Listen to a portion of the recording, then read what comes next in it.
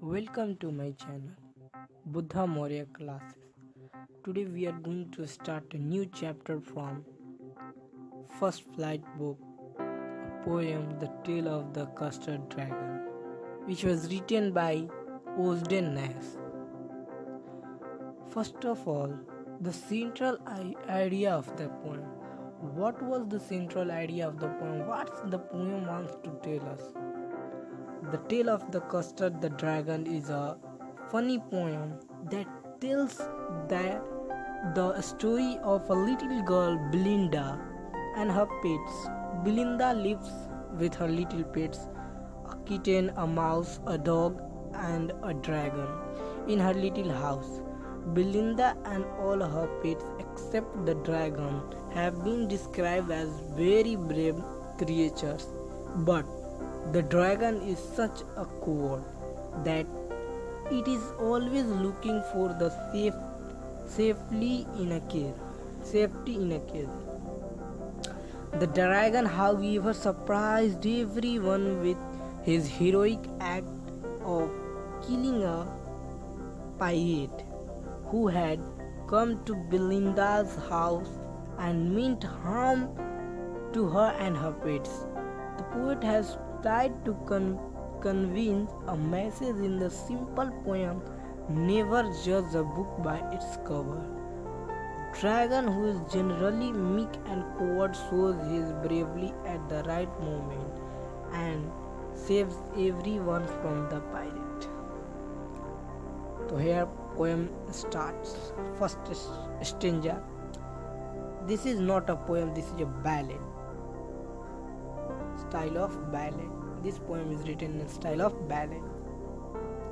Stanza 1. Belinda lived in a little white house with a little black kitten and a little grey mouse, and a little yellow dog and a little red wagon, and a really truly little pet dragon.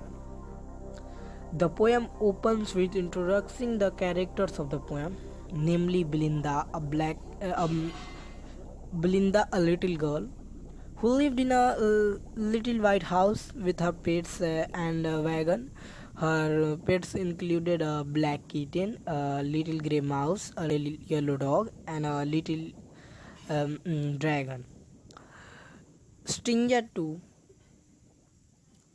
Now the name of the little black kitten was Ink, and the little grey mouse she called her Blink, and the little yellow dog was sharp as mustard, but the dragon was coward and she called him Custard.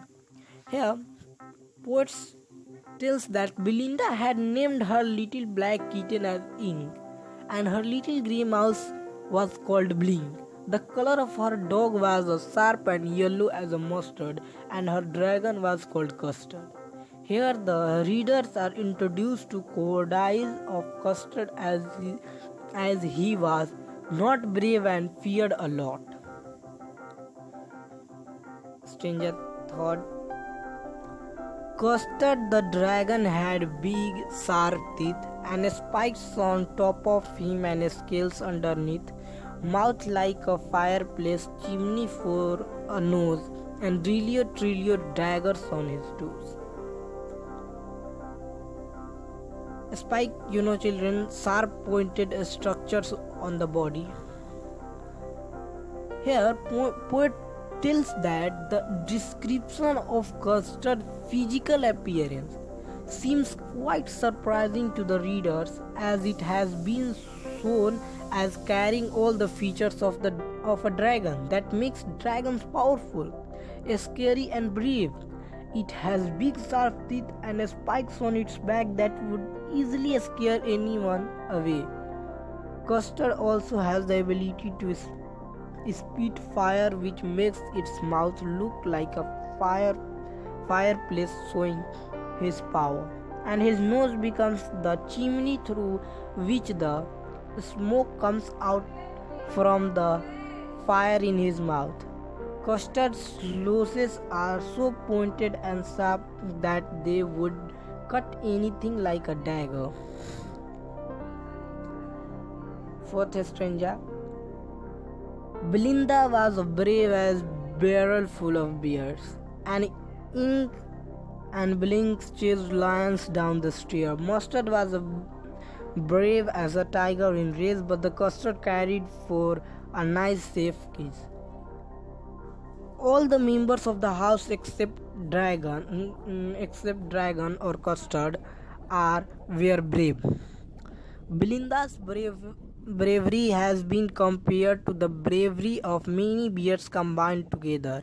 Ink and Blink, despite being so small in size, have the power to scare and chase away someone as strong as a lion. Her dog's bravery has been compared to that of a tiger's anger, but Custard is a completely opposite to his physical description, and instead of being brave, always looks for a nice safe cage. In fifth stanza, Belinda she tickled him unmerciful. Ink and Blink and Mustard, they rudely called him Percival. They all sat laughing in the little red wagon and at the really truly cowardly dragon. Here, poets tells that Belinda used to touch the dragon without stopping, and she did it quite cruelly. To make it laugh, it should be noted here that tickling is very soft touch on a body, and it related to softness. Since the dragon was such a coward, tickling worked on him. It does not work on rough bodies. Hence, it's another proof of the dragon's softness. It was rudely named as Percival by Ink and Blink and Mustard. Seeing the dragon react to the tickling made off at them laugh, and they laughed sitting in the wagon at the cowardly dragon. Sixth stanza, Belinda. Belinda giggled till she shook the house, and Blink said Vic, which is giggling for a mouse. Ink and Mustard rudely asked his age when Custard cried for a nice safe cage. Belinda laughed a lot at the dragon. She laughed so hard that it seemed that the house is shaking due to her laughter. Blink the mouse used to say a week, which is the giggling sound for mouse. Ink and Mustard asked dragons is to make fun of him, as it shows that the dragon behaved like a small kid would do, but he was not a small kid. Custard just wanted a nice safe cage for himself. Seventh stanza. Suddenly they heard a nasty sound, and Mustard growled, and they all looked around. Mew, cried Ink, and oh, cried Belinda, for there was a pirate climbing in the window. Here poets tell that while all of them were busy making fun of the dragon, there came a very unpleasant sound from the house. The Mustard, the dog, looked around, growling for the source of that sound. Ink cried mew, and Belinda cried oh, when they saw that there was a pirate climbing the window of the house to look it. Stanza 8. Pistol in his left hand, pistol in his right, and he held in his teeth a cutlass bright. His beard was black, one leg was wood. It was clear that the pirate meant no good. The appearance of the pirate seems very dangerous, as he was carrying many arms with him. He had a pistol in his both hand, and he was carrying a bright sharp blade between his teeth as well. He had black beard and a wooden leg, indicating that he was a tough man who must have lost his leg in some fight or battle. His looks made it very clear to the housemates that the pirate meant to harm the people and pets living there.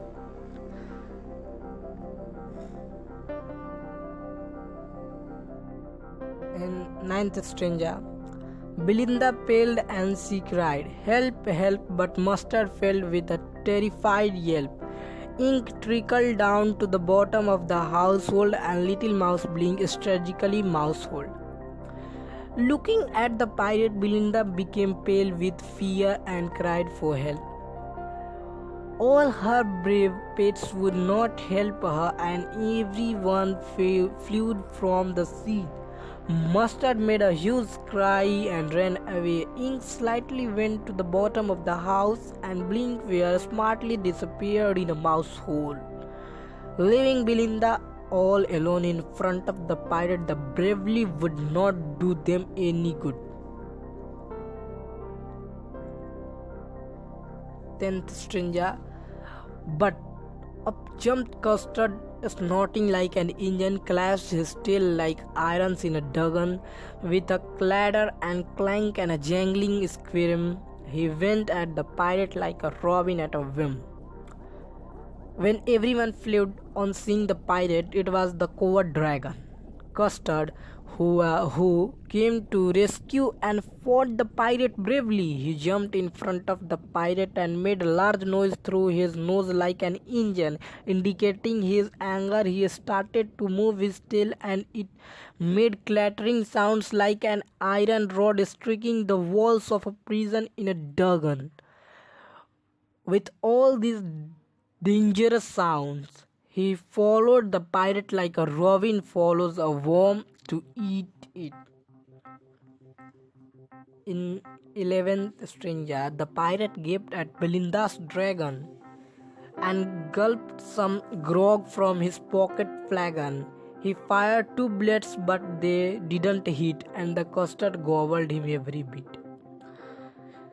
Custard shocked the pirate, and he took a good look at him and drank some wine from a bottle that he carried in his pocket. The pirate then took out his pistol and fired 2 bullets at Custard, but he failed to hit him, and Custard remained unharmed. Then Custard swallowed the whole of the pirate without leaving any trace of him.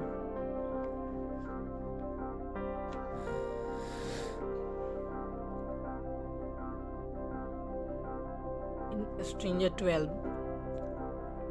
Belinda embarrassed him, Mustard licked him, no one mourned for his pirate victim.